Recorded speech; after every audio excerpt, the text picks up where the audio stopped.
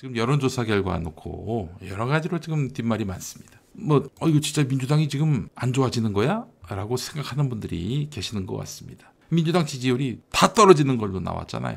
그렇잖아요. 심지어 여론조사 꽃까지도 그렇게 나오고 있지 않습니까? 아무리 조국 신당까지 섞어서 조사했다 하더라도. 이러다가 진짜 총선에서 윤석열이가 선전하는 그런 황당한 선거 결과를 받아드는 거 아니야? 지난 대선 때 악몽이 재현되는 거 아니야? 이렇게 생각하는 분들이 많이 계실 겁니다. 자, 그래서 제가 오늘 선거 여론조사 전문가에게 문의를 해봤습니다. 결론부터 말씀드리자면 너무 염려하지 마십시오. 우리가 경계를 늦춰서는 안 되겠지만 지금 최근의 여론조사는요, 비정상적인 표집이 많았다, 이런 이야기입니다. 베고니아님 10,000원 감사합니다. 홍승표님, 여론조작은 아닙니다. 근데 왜 이런 결과가 나왔는지는 제가 이제부터 설명을 드릴게요. 자, 일단 설 연휴 직전인 2월 5일부터 이후에 16일까지, 지난주 금요일까지 보수층을 비롯한 국민의힘 성향 유권자가 과대 표집됐어요. 반면에 진보층 등 민주당 성향은 과소 표집됐습니다. 그런 여론조사 결과가 많았습니다. 자, 이 조금 어려운 말로 실제 유권자 구성을 반영하지 못하는 이른바 표본의 대표성에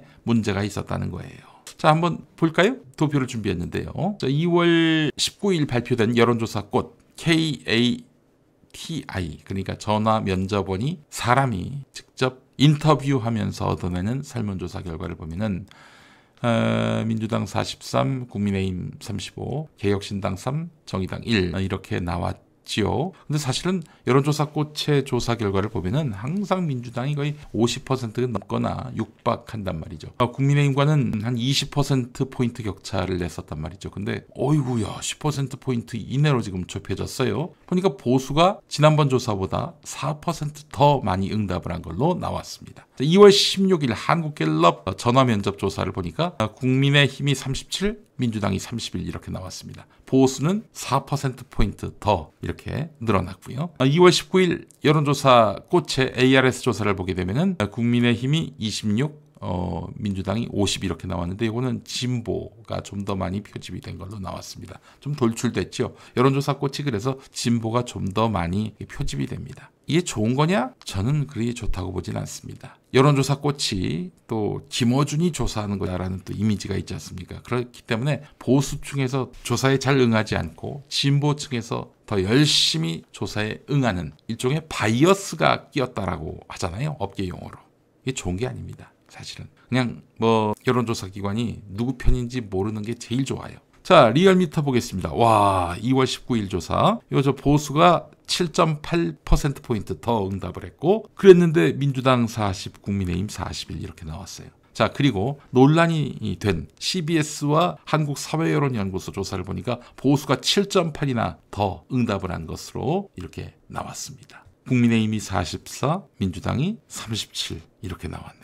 예, 이러니 사실 좀 잘 동의가 안 되는 결과들이 많이 나올 수밖에 없겠죠. 보수층이 그런데 여러 조사 업체 결과를 보니까 과표집이 됐어요. 여러분, 이건 어떻게 된 일일까요? 이게 여론조사 꽃이나 한국갤럽이나 리얼미터나 한국사회여론연구소가 보수층만 더 많이 전화 걸리게 이렇게 말하자면은 일본말로 야로를 피웠다고 봐야 될까요? 반칙을 썼다고 봐야 될까요? 자, 이제부터 설명이 들어갑니다. 이번 조사 결과는 한마디로 말해서 국민의힘이 최근에 공천 적합도 조사를 벌이는 시즌과 맞물려 있다는 점을 주목해야 합니다. 국민의힘 공천 관련한 여론조사가 지금 이루어지고 있단 말이죠. 그래서 각각의 그런 후보자들이 지지자들한테 지금 조사가 가니까 무조건 받고 무조건 답해라 이랬단 말이죠. 게다가 또 질문이 대개는 이제 국민의힘 관련한 질문들이 많단 말입니다. 여러분, 여론조사 전화는 끝까지 받아야 합니다. 끝까지 받아야 해요.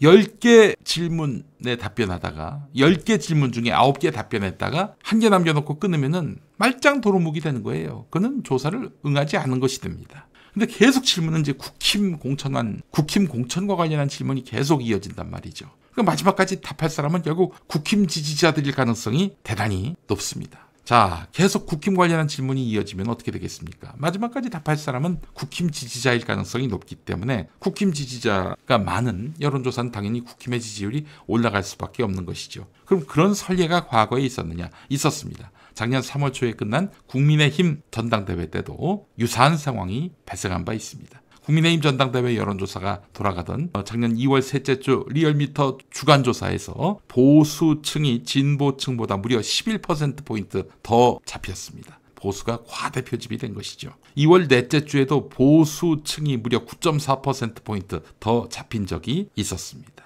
반면에 국민의힘 전당대회 영향을 받지 않았던 재작년 12월 리얼미터 평균은 보수 플러스 2%포인트였습니다. 자, 그래요.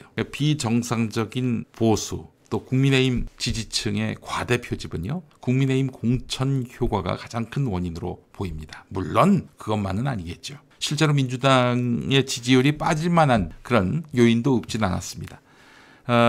혼란과 분열적 상황, 또 민주당 지지층의 이완, 이런 것들이 작용한 여론조사가 아니겠는가 하는 그런 생각이 듭니다. 게다가 최근 몇 주 동안에는 민주당 지지층의 주 관심사가 윤석열 정권 심판 관련한 내용이 아니었습니다. 비례 선거 제도를 어떻게 할 것인가, 병립형으로 할 것인가, 연동형으로 그냥 할 것인가, 또 공천 이슈를 둘러싼 지지층의 분열 이슈가 주된 관심사였습니다. 게다가 또 언론들이 얼마나 민주당 공천 엉망진창으로 한다라고 악선전을 했습니까? 그렇기 때문에 보수가 과표집된 면도 있다. 우선 첫 번째로 지금 국민의힘 공천 관련한 그런 질문들이 쏟아지고 있고, 또 국민의힘의 그 지지자들이 얼마나 여론조사에 민감합니까? 오는 전화 다 받아라. 그리고 60대 70대 할배들도 그때 여성인 것처럼 속여가지고 ARS 조사에서는 그렇게 응대해서 국민의힘 지지하라 이렇게 지침까지 내려오고, 여론조사에 정말 위기죠. 그런 의미에서 이번 여론조사 결과에서 보수가 과표집된 점, 이 점은 분명히 있었다. 그런데 민주당 지지층이 막 신나서 정말 한 10분 가까이 전화기를 들고 답변을 할 만큼 뭔가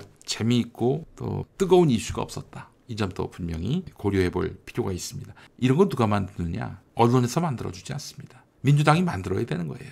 탄압을 받든 불이익을 당하든 하여튼 계속 뭔가 이슈를 만들어내서 이 민주당 지지층들의 가슴을 활활 타오르게 해야 하는데, 그렇게 하지 못했다는 점은 민주당에 문제가 있다. 민주당에게도 책임이 있다. 이렇게 볼 수밖에 없는 것입니다. 사실 윤석열 지지자들은 지금 갈수록 위기 상황이 고조되고 있고, 특히 그 김건희 건과 관련해서 뭐 하나 시원하게 해결된 게 없잖아요. 그럼 그렇다고 그 국민의힘 지지자들이 지지를 포기합니까? 그런 건 또 아니잖아요. 그러니까 더 똘똘 뭉치는 거야, 위기 때. 반면에 윤석열 반대자들은 민주당으로 제대로 뭉쳐있지 않고 지금 상당수가 무당층으로 빠져나가 있단 말이죠. 결국 민주당을 지지하지 않으면 안 되게끔 불지를 필요가 있겠다. 이런 말씀을 좀 드리고 싶습니다.